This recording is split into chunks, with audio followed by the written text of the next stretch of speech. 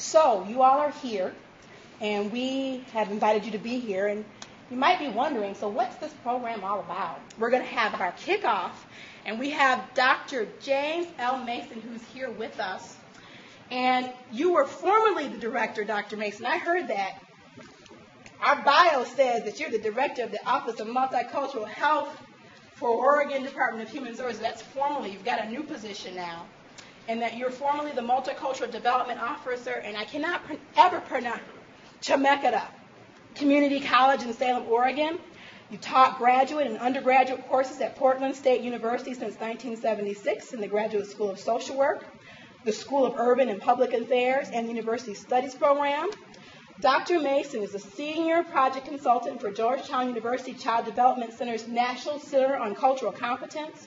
He's also the original member of Georgetown University's Multicultural Resource Committee that worked to develop and disseminate the CASSP Cultural Competence Model. And I know about that model with your work with Dr. Cross, and when you came forward with that, I'm like, that's just an awesome thing, because that model is still being used now in child welfare agencies in particular. He has applied the cultural competence concept to a variety of service disciplines, including public health, mental health, education, child welfare, maternal and child health, and alcohol and drug treatment. And Dr. Mason has been involved in service delivery research since 1984, including directing 2 national research projects focusing on improving services to culturally diverse communities. He has spoken to, consulted with, and provided assessment and training services to a variety of agencies and bureaucracies across the country, and has lived and worked in Portland, Oregon since 1975. So without further ado, can we please give Dr. Mason a wonderful welcome of applause as he comes to the podium. Good afternoon, everyone. First, I want to thank Natalie for that warm introduction. I'm embarrassed every time I hear it, even though I wrote it.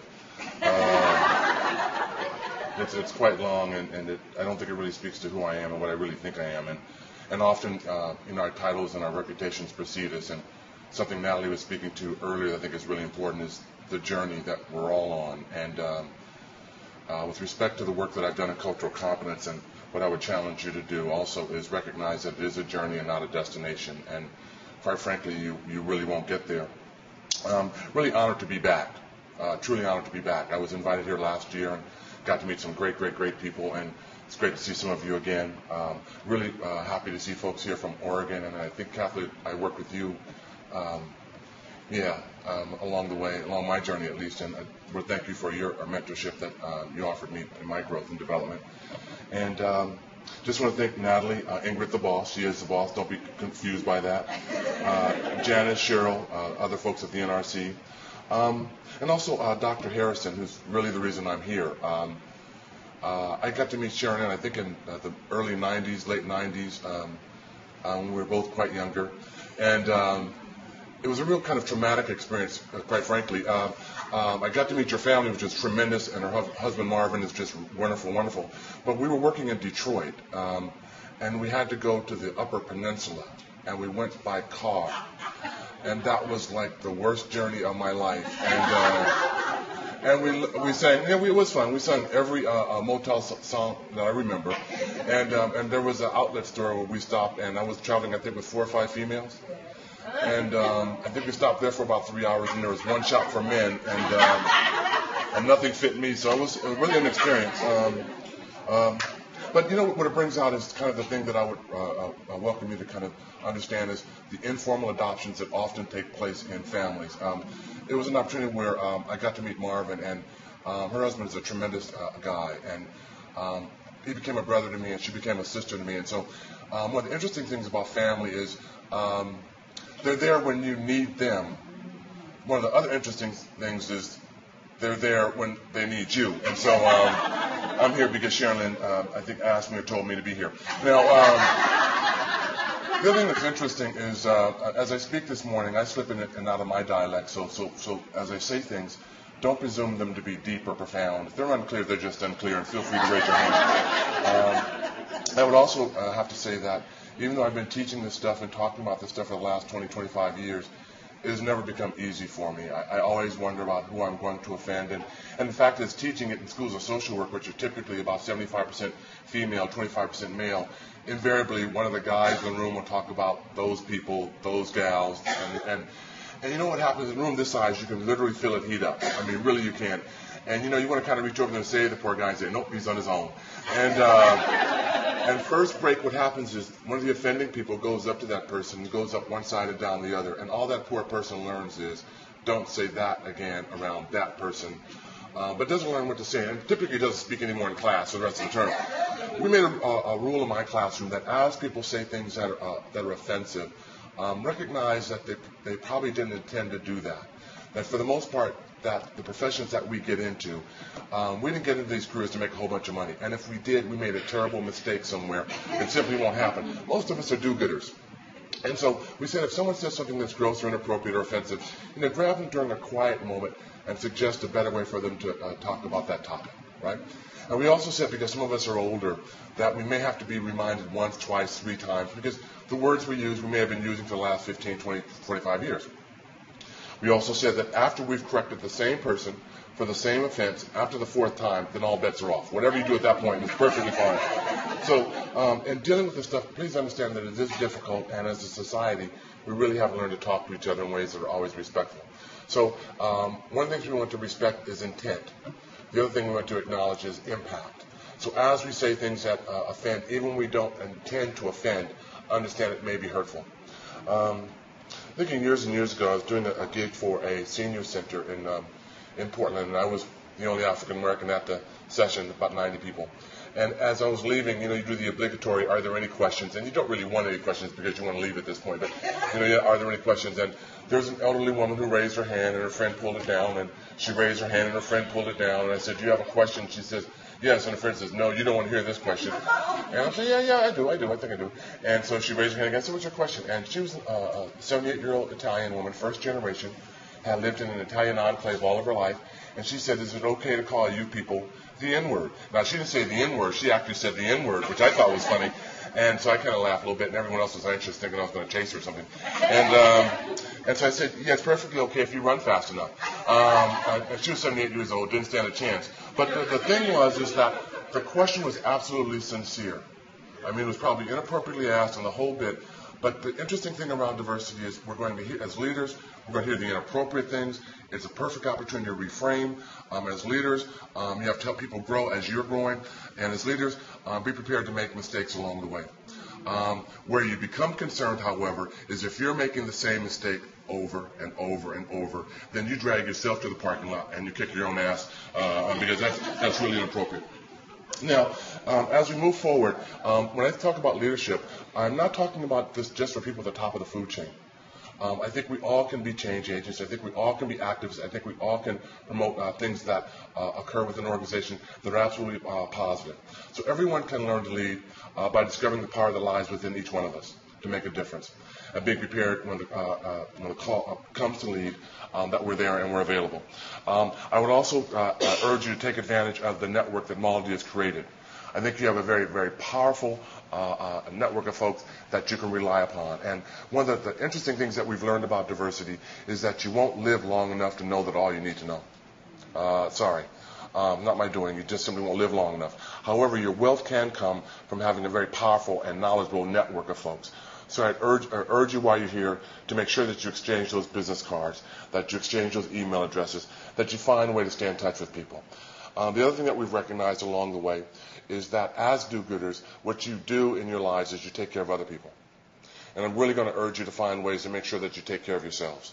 It's something that we often forsake along the way. And if we lose you, we lose a lot of leadership and we lose a lot of resource. The other reason it's difficult to talk about for me is I always worry about who I'm going to offend.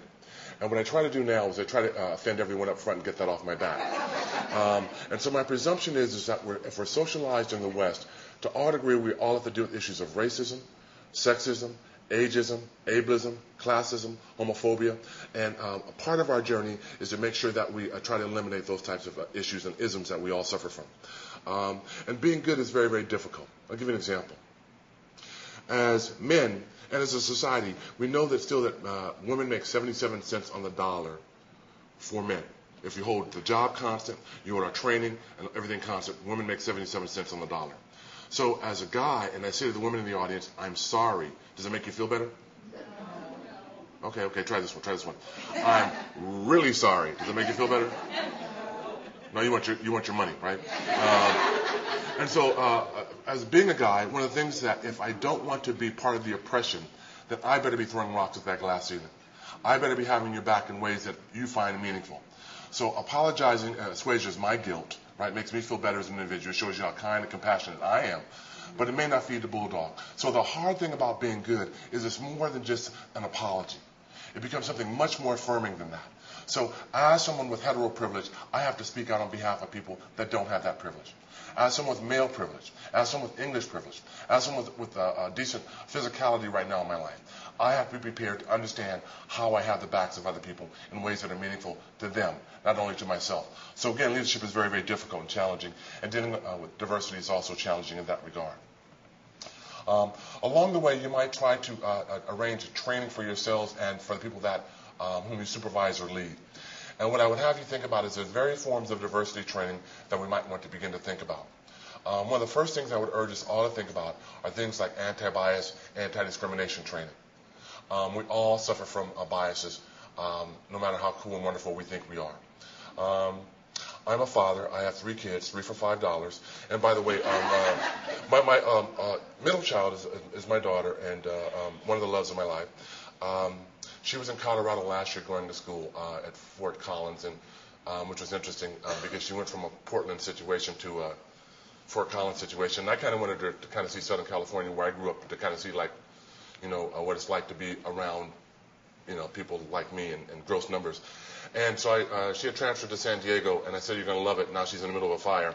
And so she might call any minute, but she's been anxious for the whole time. But I say this to say that we all have biases that we need to deal with. And so be prepared to look at some of the anti-bias, anti-discrimination curriculum that exists out there, and be prepared to share that with the people with whom you work. Another area where you might be concerned is around managing diversity. Diversity in and of itself is neither a good or bad thing. Unmanaged, it's a nightmare. And so, for example, one of the things is as we diversify, and I'll perhaps talk about that a little bit today, but certainly a little bit more tomorrow. But as we diversify, the more diverse we become, the more challenging it is to develop a message that resonates effectively with everyone. So, for example, in my journey, I've worked in situations where I'm dealing totally with docs. I've worked in situations where I'm dealing totally with judges. When I have a fairly monolithic audience, the message is easier. As my audience or as my workforce or as my colleagues become more diverse, it becomes more challenging. So I say this to the extent that as we embark on our journeys, be prepared to look at the curriculum and around managing diverse workforces. There's a lot of great stuff out there. I would still argue that it's important for us to become more steeped in understanding issues around cultural awareness or cultural sensitivity. Cultural competence is essentially a behavioral concept. Cultural awareness, cultural sensitivity is a cognitive concept. What do I know? What do I think? When we talk about cultural competence, we're talking about what do I do? I still think it's important that we begin to understand the strengths and resiliencies of African Americans, of Latinos, of Native Americans, of Asian Pacific Islanders, people with disabilities, of gays and lesbians, and so forth. What we've learned about folks is what's wrong with them. I'll give you a quick example. Women in the room, give me an example of some of the negative stereotypes we hear about women. What are some of the negative stereotypes heaped on women? What are they? Histrionic. Histrionic. What else? Attitude. What else? I hear bad drivers, right? I hear not good. Sometimes it's true. I hear not good with money. Emotional. What else? That's 5. A few more.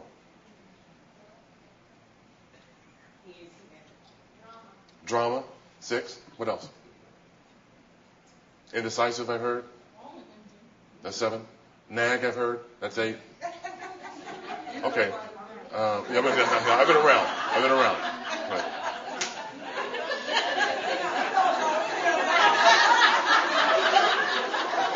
I've been in Oregon. What do you want, right? Give me 8 positive stereotypes, women. 8 positive ones. Maternal. Task-oriented. Multitaskers. Now they want to talk. Yeah. I need 5 more women. Come on. Intuitive. nurturing, good with money, sexy, very decisive, right? Good leaders. And so what's interesting is that what's easier for us to do is to dredge up what's negative around women, around people of color, around the poor, around LGBTQs, around people with disabilities. So where we typically go around diversity is our default file is full of deficits. What's wrong? So when I talk about cultural awareness, we still need to know what's good about the diverse groups, because most of what we learn has been fairly negative. Most of what we learn has been fairly negative, and that's something we all have to overcome. A new thing that's emerging is around the class standards, cultural and linguistic competence. That's going to become important for us. Not only that we understand how culture is diverse, but how language is diverse, and how we use such things as interpreters, things of that nature. One of the things that I'm proud of in the state of Oregon is that we passed legislation, well, my office did, I'm really proud of this, around certifying and qualifying healthcare interpreters, and we're hoping to roll out some real cool stuff over the next year. Even though I'm gone, I think my staff is going to do some tremendous work in this area. Cross-cultural conflict management is another emerging field. Intercultural communication, another emerging field.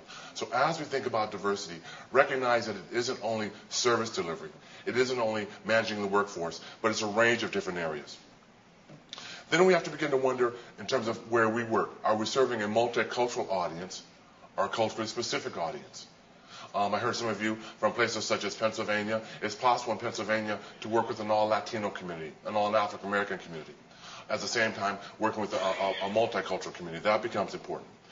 Are we asking for training around a specific discipline? Are we looking for generalist training? Are we differentiating training by staffing levels? Unfortunately, most of the stuff that we have seen around cultural competences is around service delivery and very little around management. And so if you're trying to make a name for yourself, I would say the real frontier is around such things as performance measures, policy development, and there's a wide open frontier there. And then absolutely I would urge you to try to find ways to involve the consumer or community perspective. If we want to find culturally competent resources that are probably most undertapped, it's probably the involvement of consumers in the design and delivery of services, also in how we manage and evaluate those services. So in terms of leadership, some of the things that's going to be important to us in terms of enhancing cultural competence is around awareness, learning to value and respect diversity and cultural differences, certainly engaging in cultural self-assessment, understanding with whom we work well and with whom we don't work so well, and subgroups therein.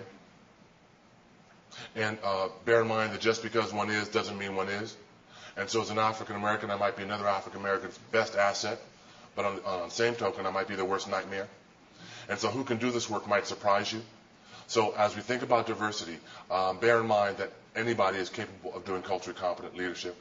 And so as I see the group today, just would challenge you to recognize that and keep reinforcing that. How we manage the dynamics of difference also becomes important.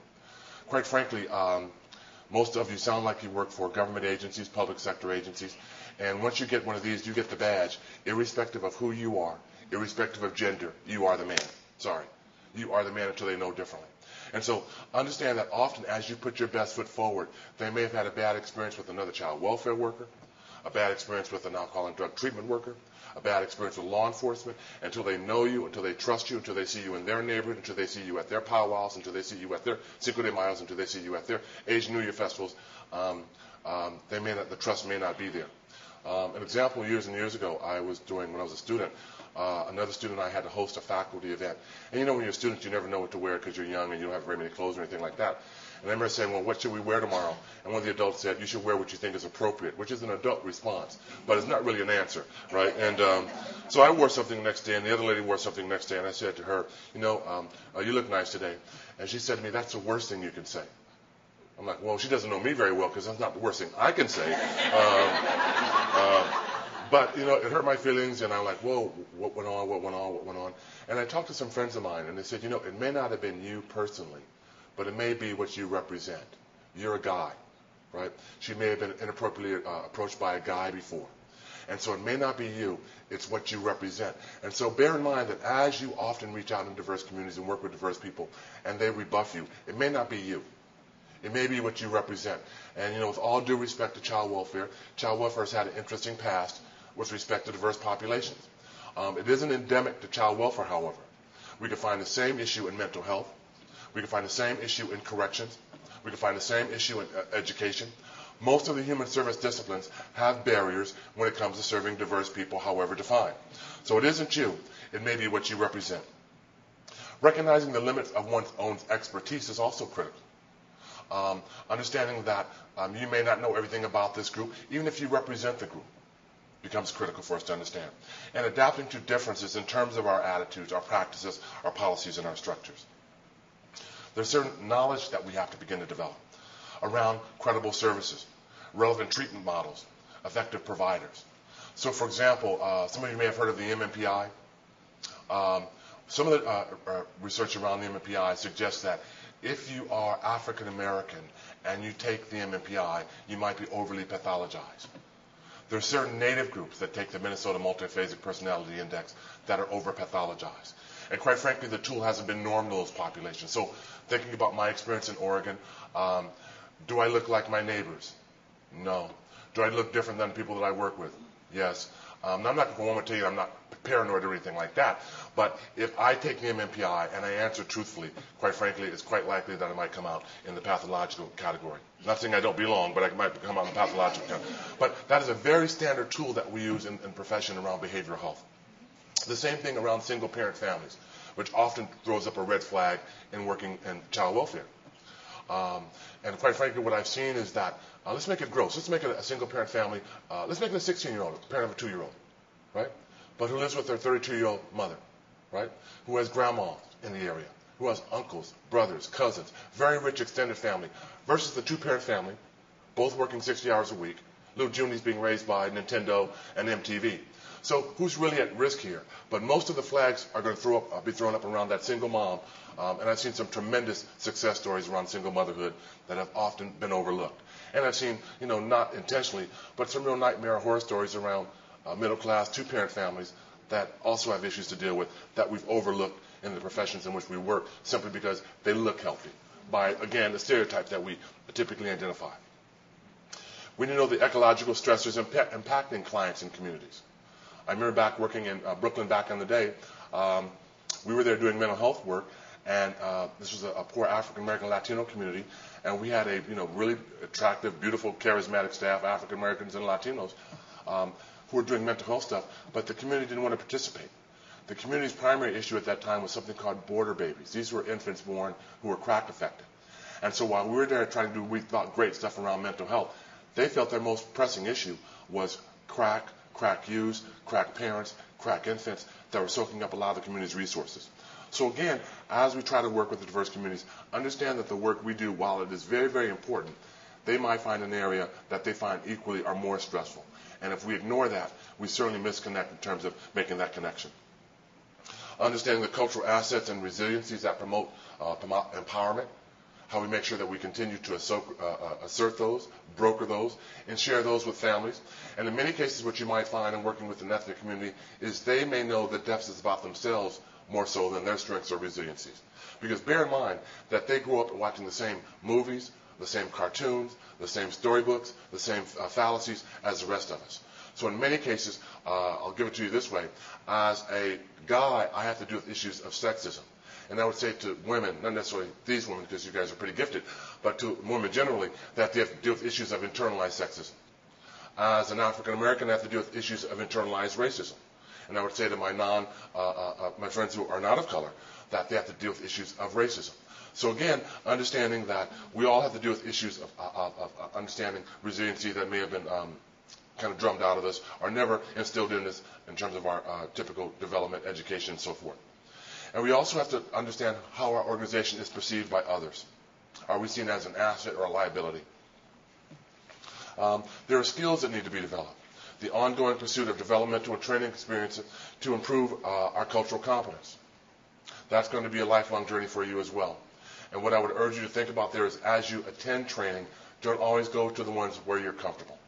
If you're fairly steeped in dealing with issues around Native Americans, then branch out of that into areas where you're not as knowledgeable. If you're fairly cool already with issues affecting Latinos or Hispanics, branch out of that into an area where you're not as steeped. That's going to be important. Using these competencies to build upon the healthy behaviors that exist in many communities.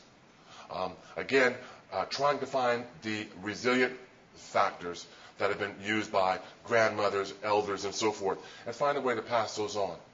I was just talking with Dr. Harrison about healthy eating that we see in certain religious communities, and how in many cases we might have to promote those. For example, if you live in some of the inner city working class areas, for example, where I grew up in South Central LA, you can very easily find a piece of fried chicken, a hamburger, a liquor store, a cigarette store. What's harder to find is an apple, or cabbage, or fresh fruits and vegetables.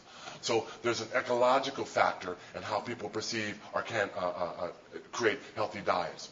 One of the things that we might have to help folks do is understand how they promote greater health in their own communities and identify some of those risk factors that they aren't even aware of. So if you have to walk miles to find fresh fruits and vegetables, and you just got to walk around the corner to find a fried chicken, a hamburger, so forth, we might be in trouble there. I think there was just on NPR about 3 or 4 weeks ago, maybe a month ago, South Central was thinking about a moratorium on fast food. And I'm not, since I'm being taped, I'm not being political at all, and I really don't take a side on any of these issues, by the way. But the thing is just that a moratorium on fast food outlets in inner city areas. And again, just a concept that's been promoted by certain communities to enhance health. Developing techniques that help people become non-oppressive entities. So again, how we as men become more effective in dealing with women. How we as heteros become more effective in dealing with LGBTQs. How we as people without disabilities yet deal with people who have disabilities. How us with incomes right now deal with people who are on marginal incomes and things of that nature. We also have to become steeped in a business case for diversity. How can you explain the notion for workforce diversity to your legislature, to your funders, to communities that don't understand that? Do you have rhetoric that's going to work? This comes from Taylor Cox at Go Blue, University of Michigan School of Business. It's someone that I've kind of glommed onto years ago, and I love the stuff that he's done around helping us understand why workforce development in terms of diversity is absolutely critical. I have a buddy, I won't mention his name, but he's in the Midwest, and he makes about $25,000 a day doing consulting with Fortune 500 corporations.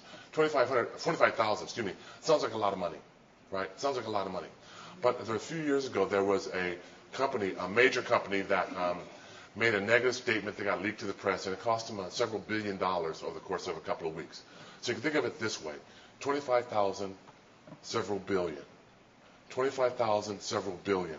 So what we find is a lot of the major corporations are making sure that their workforces, and in particular their managers, learn how to speak diversity in a world that's increasing in a very diverse way. For example, one of the things that we know is that the African American community is one of the largest consumer populations in the world. I think I will go back to some 90s data. It was the 6th largest consumer population in the world. So it was larger in terms of consuming than many nations in the world. So if you offend this group by talking about them in negative ways, and they don't shop with you or purchase with you, you really cut your throat in a very serious way. So understanding a business case for diversity and how we begin to use that in ways that are effective. We also need to be able to effectively talk about a rationale for cultural competence. And as leaders, we have to be able to talk this to our legislators, our supervisors, our funders, our peers, but also how we explain to communities that aren't quite resonant with the notion of diversity.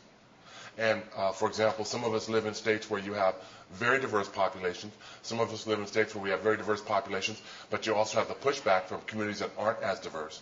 But helping us understand that ultimately a diverse workforce and a culturally competent workforce is in our best interest as a society. That we're not doing this necessarily for the diverse people themselves, but we're doing this because it's in our best interest.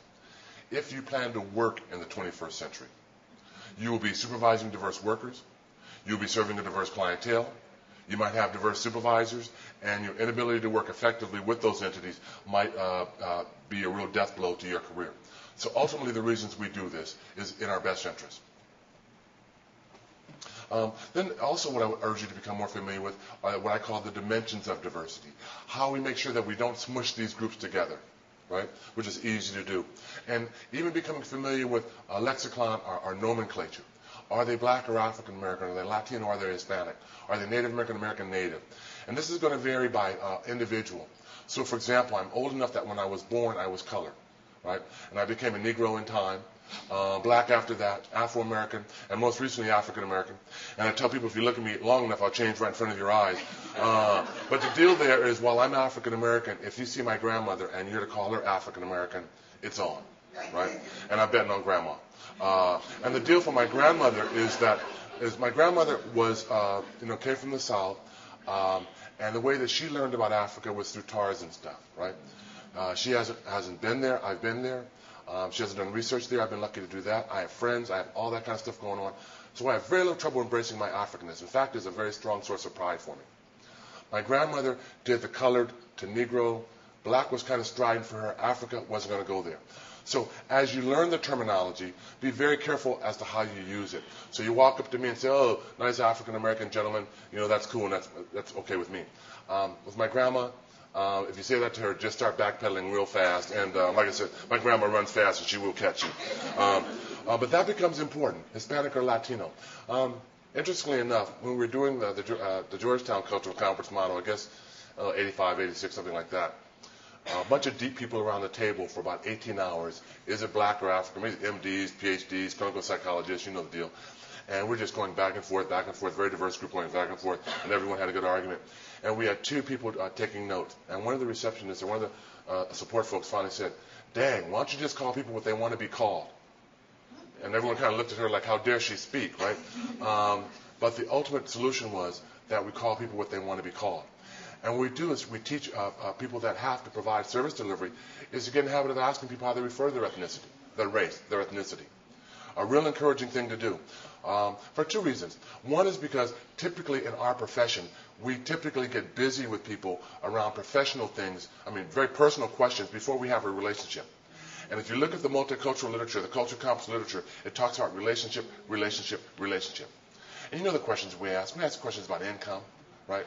We talk about marital status. We talk about drug and alcohol history, right? We talk about mental health, criminal history.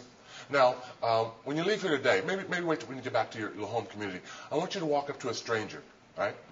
And I want you to ask them how much money they make, right? I want you to ask them about their drug and alcohol history, their criminal history, their mental health history, their sexual history. Now, here we go. This is important. If they stand there answering you, walk away. Something is really not right. Yet we, on a very first date, ask our customers, our clients, these questions with impunity. And as they resist these, the way that I was trained, is there something resistant there, something non-compliant there, something not cool there? Yet many cultures have socialized in ways that you don't share secrets or you don't share personal stuff with strangers. And I go back to it again. We are the man, right? Irrespective of gender, ethnicity. So understanding, trying to find ways to socialize people and ourselves by asking how people refer to themselves becomes important. So if you notice here, I have Hispanic or Latino Americans, and I also have the asterisk there. This was formerly a racial group. In the 2000 census, it became an ethnic group, and things probably are yet to come. What we know in the 2010 census, the Pacific Islander community will be broken into two. It will be one will be considered Pacific Islanders, and the other will be Asian Americans, and so forth. Recognizing the diversity that exists within that community, that will become two. Interestingly enough, when you look at this from a scientific perspective, it's not terribly scientific. For example, in the 1900 census, there were 26 races in Europe that were identified that were non-white, right? And these were your Scandinavians, your Mediterranean populations, your Slavs, and so forth. Furthermore, if you look back into the early 1900s in the U.S. Development, how we referred to European ethnic groups was very, very negative. I went to a junior high school in Southern California that was 3,000 kids, 54 non-black. The rest were black. And one of my favorite teachers was Mr. Kish. He was a white guy. I really loved him. Really spent a lot of time with me.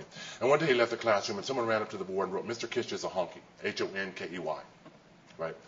And he came back in the classroom, and he was, lecturing and talking, what have you, and we're laughing. He can't see behind him, but we're laughing. And he finally looks back there, and he races to the board and says, "Damn it, if you're going to insult me," and erases it, "at least spell it correctly, H-U-N-K-Y," which is what he was. He was a hunky, right? Hunky was the epithet for Hungarians back in the day. So what's interesting is that as we look back at our history, in terms of our race and ethnicity in the U.S., we had a hard time in the early 1900s with difference, period. as we're having right now with racial differences, sexual differences, and so forth. So understand that as we embark on our journey, these journeys aren't new. And I would urge you to look at some of the dilemmas faced by European ethnics. And those of you who still get to work in the Midwest and the Northeast, you might still be able to find an Irish enclave or an Italian enclave or a German enclave and things of that nature, where people came together and formed what were then called mafias as a way of survival. What parents often told their children when they went out to play is, don't sing that song, don't do that dance, don't eat that food, because you'll give us away and our life will be difficult. So I just want to point out that as we think about diversity, certainly what we're dealing with are what are called racial or ethnic groups. The other thing on the two lower ones on my list, by our multiracial communities, we're seeing that more multiracial families develop. And what was interesting was back in the day, typically folks can only claim one, if they're multiracial or biracial, you could only claim one identity. You were black or white, you were black or Hispanic, but you couldn't be both. In the last census, we were able to claim both for the first time. We live in the Great Northwest, and for whatever reason, the Great Northwest intermarries 3 to 4 times the national average. What's interesting is that a lot of the U.S. still has what's called the 1 drop or the 1/16th rule. That if you're 1 drop African American, then, sorry, you're African American. And interestingly enough is we find that people can have several identities. For example, we might have an internal identity as what we are.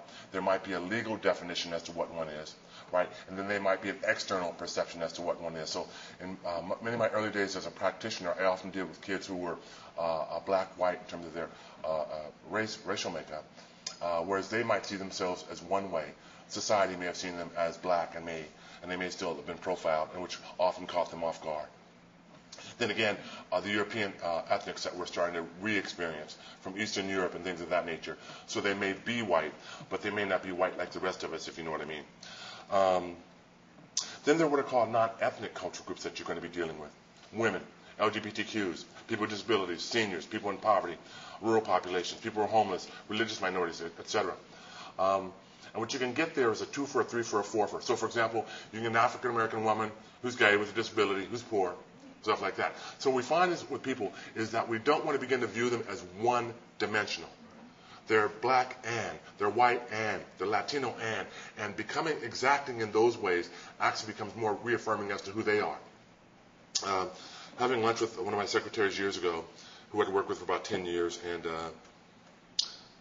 she was of European descent, and she looked up across the table at me and said, "James, you know what? I didn't even notice that you were black." And I'd known her for 10 years, and I'm like, whoa. And I said, that's okay, because I didn't even notice that you were a woman.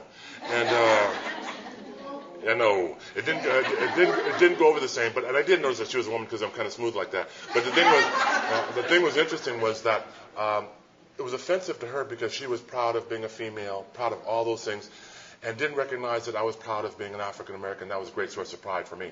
The thing with her was she was raised with her biological family that adopted a lot of kids, had foster kids, and when her parents told her was treat your adoptive brothers and sisters, your foster brothers and sisters, as if they're your biologicals, right? Don't see race, don't see this, don't see that. But what my contention is that not seeing someone in their totality isn't always an asset. You might lead them into danger without knowing. You might overlook some area where they're vulnerable by ignoring what they are as a person of color, a person with a disability, a person of a different sexual orientation, and so forth. So what I'm asking you as we think about diversity is let's explore it in its fullest dimension and recognize that as people, we're multidimensional, we're multicultural, and we have multiple affiliations. Then we have refugees and immigrants. The simple way to think about that, refugees come to this country for survival, immigrants for opportunity. These are fundamentally different entities, even though they may be, the terms may be used interchangeably in the media and the press. And then the issue of being documented or undocumented. So for on the West Coast, what we have, and typically a lot of our Latinos, are folks of Mexican descent who've had trauma by virtue of immigration issues and so forth.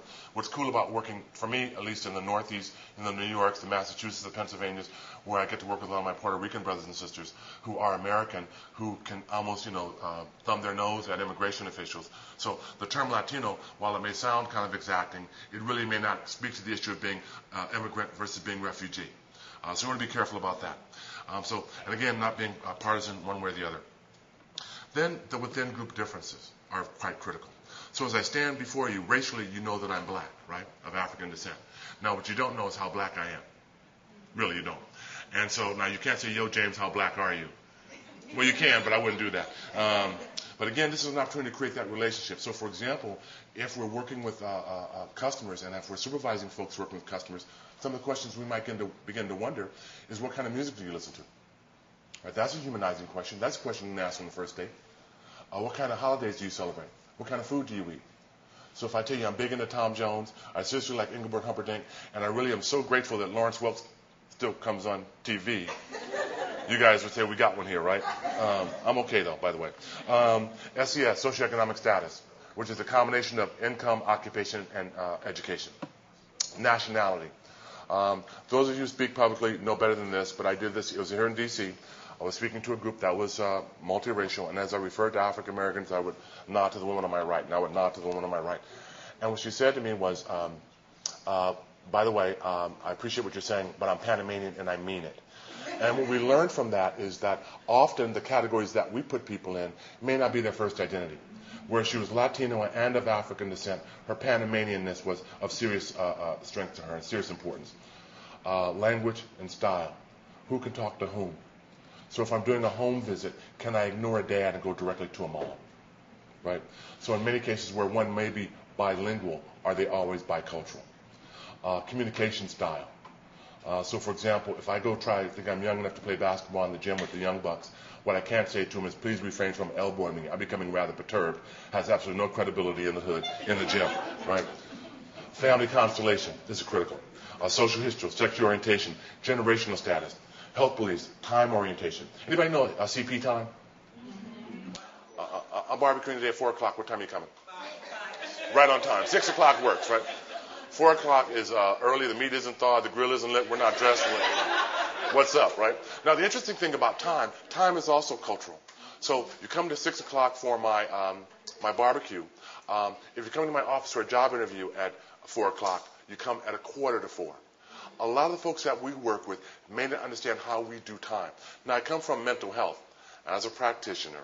And the thing that's interesting in mental health is that we give someone at 10 o'clock and they show up at 10:15. We're just undone, right? We're just so offended. One of the things that we're starting to suggest and see people do is that we spend that remaining time talking to our customers as how time works for us, right? How in our organization that they might want to come a little bit early. How that we have so many people to see in the course of a day, so that if you shortchange yourself by showing up a few minutes late, not only are we upset, but by the same token, instead of getting 55 minutes, you're going to get 25 minutes. So we might use that remainder of the time very constructively in helping understand how time works. Age and life cycle, particularly in the area of child welfare. What it means to be, again, a 16-year-old who's a parent of a 2-year-old versus a 32-year-old who's a parent of a 2-year-old. I came from a family where my dad said, don't have your children until you can afford them, right? I believed him. My sister, on the other hand, had her first child as a senior in high school, had to drop out, and we thought that was a kiss of death, so we felt sorry for her. I went away to school when she kind of went back and got her little high school diploma. I went into grad school and she went to a community college and got her little AA degree. I got my degree and she started a state school, which I thought was cute. She got a little master's degree, another master's degree. Now, my sister lives here in Maryland, lives quite well, by the way. All 3 of her kids are graduated from the University of Maryland. I had my first child when I was 32. My kid's going to be with me for the rest of my damn life.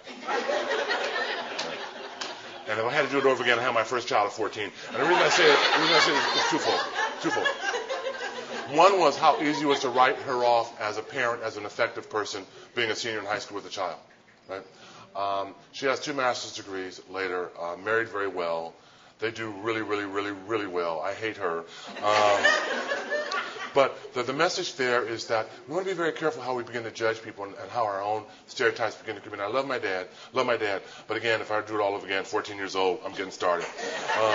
Spatial patterns, what it means to be urban or rural, or what it means to be socially isolated. So while we joke about African Americans in Portland, and I think there are 44,000, if I remember correctly, I think there's 60,000 in the state. Can you imagine being African American in one of the interesting parts of the state, where you're the only one, right? I heard you talk about Bethel. I got to work in Bethel, and I've gotten to work in some of the Upper Peninsula. I've gotten to work in some of the interesting parts of the U.S. I thought Bethel was a really wonderful place, and it was really hospitable for me. But we're working in, I guess it was Saint Sue Marie. And I was working with someone from D.C., and they said, have you noticed how everyone is looking at you do you think it's because you're black? And I said, yeah, I live in Oregon. I'm used to that. It doesn't really bother me anymore. And we went to a grocery store, and we walked in, you heard the cash register and all kind of noise. And for about 10 seconds, there wasn't a sound, right? It was like the cash register stopped, and I did notice that. I looked up, and everybody put their head back down like they weren't looking at me. What it means to be that unique and how those families feel terribly estranged from who they are, and how you might have to be very, very careful how you deal with that. Gender, sexuality, physicality, religion, and spirituality are, again, things that make us different. So if you use the label black, Hispanic, white, what do they really mean in the face of true diversity? Now, as you begin your journey, recognize that there's tons of support out there. Among the support exists within natural networks of support. Merchants and business people. When I'm talking about merchants, I'm really talking about the mom and pops that are out there. And you know mom and pop grocery store, they're the ones that have that Bear aspirin from 1976. It hasn't been sold yet, right? But they know who's married to whom, who's adopting, who you might reach out to, all the kind of things that you need to know. Unheralded leaders and community elders. I live across the street from my mom's best friend, Miss Shirley. Miss Shirley doesn't have a car, right? Miss Shirley's retired. Miss Shirley has nothing to do. Miss Shirley wants me to take her everywhere, every time. It doesn't matter what I do. So she can say, can you take me to the grocery store and bring me back home? No, Miss Shirley, I'm late for work. Okay, but can you take me to the grocery store and bring me back home? No, I'm late for work. And so I'll sneak out the back door, race to my car and drive off. She calls my mom. My mom will call me and say, why didn't you just take her to the store? I'm moving, by the way. But Miss Shirley, and if you saw Miss Shirley is very overweight. She taught my oldest how to ride a big wheel. I have no idea how she did that. But she is a staple in the community and a fixture. If you're trying to find out where to find adoption resources in my neighborhood, you go to Miss Shirley. Right? Faith-based institutions, and I mean that in its broadest context. Churches, synagogues, mosques, temples, sweat lodges, the bit. Make sure that they're on your Rolodex. Ethnic media. And recognize that certain radio jocks, certain TV personalities, certain newspaper personalities resonate with certain levels of certain niche markets. You want to make sure that you know who they are.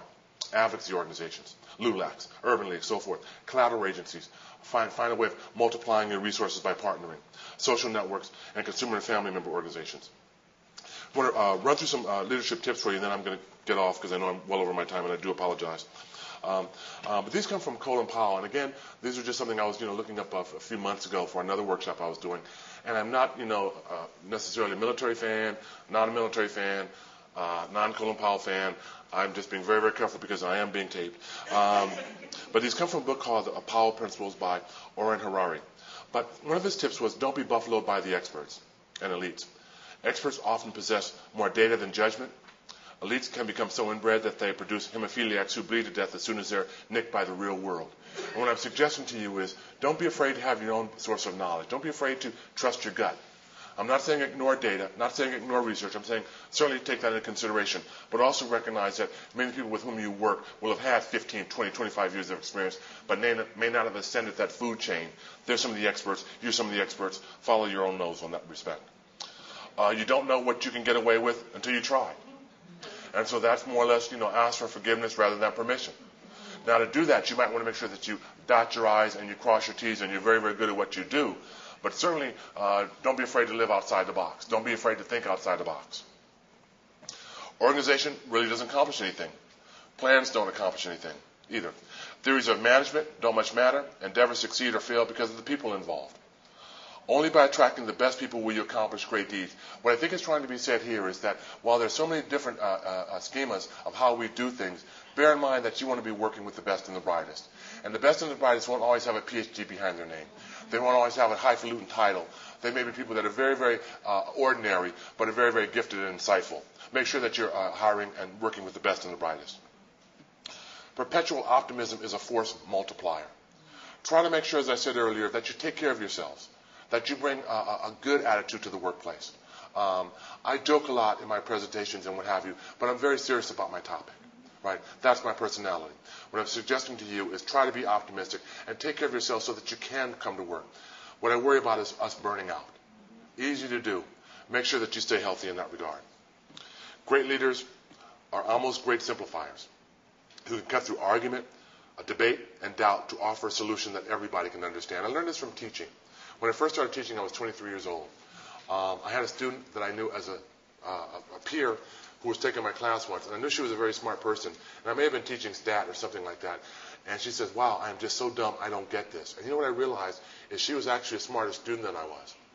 And she probably wasn't dumb. I probably wasn't effective as a teacher as I could have been. And so what I'm suggesting to this thing is that often people that have the titles or the names, the titles or the letters behind their name may not be always that good in describing or explaining a phenomenon.